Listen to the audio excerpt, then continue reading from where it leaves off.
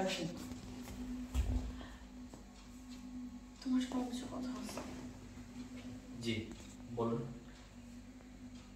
আমি জানি তুমি আমাকে অনেক ভালোবাসো, এটাও সত্য। আমি এখন অন্য কারোর বউ, এটাও সত্য। আমি অনেক বেইমানি করছি, আর আমি 2 মাস পর কনসিভ করতেছি। আমি তোমাকে চাই না। আপনি কোনো চিন্তা করবেন না, আপনার আমার বিষয়টা এই দুনিয়ার কেউ জানবে না। আর আমি আজই এই বাসা থেকে চলে যাচ্ছি। কনসেপ্টের বিষয়টা আমি 2 মাস পর কনসেপ্ট করতেছি।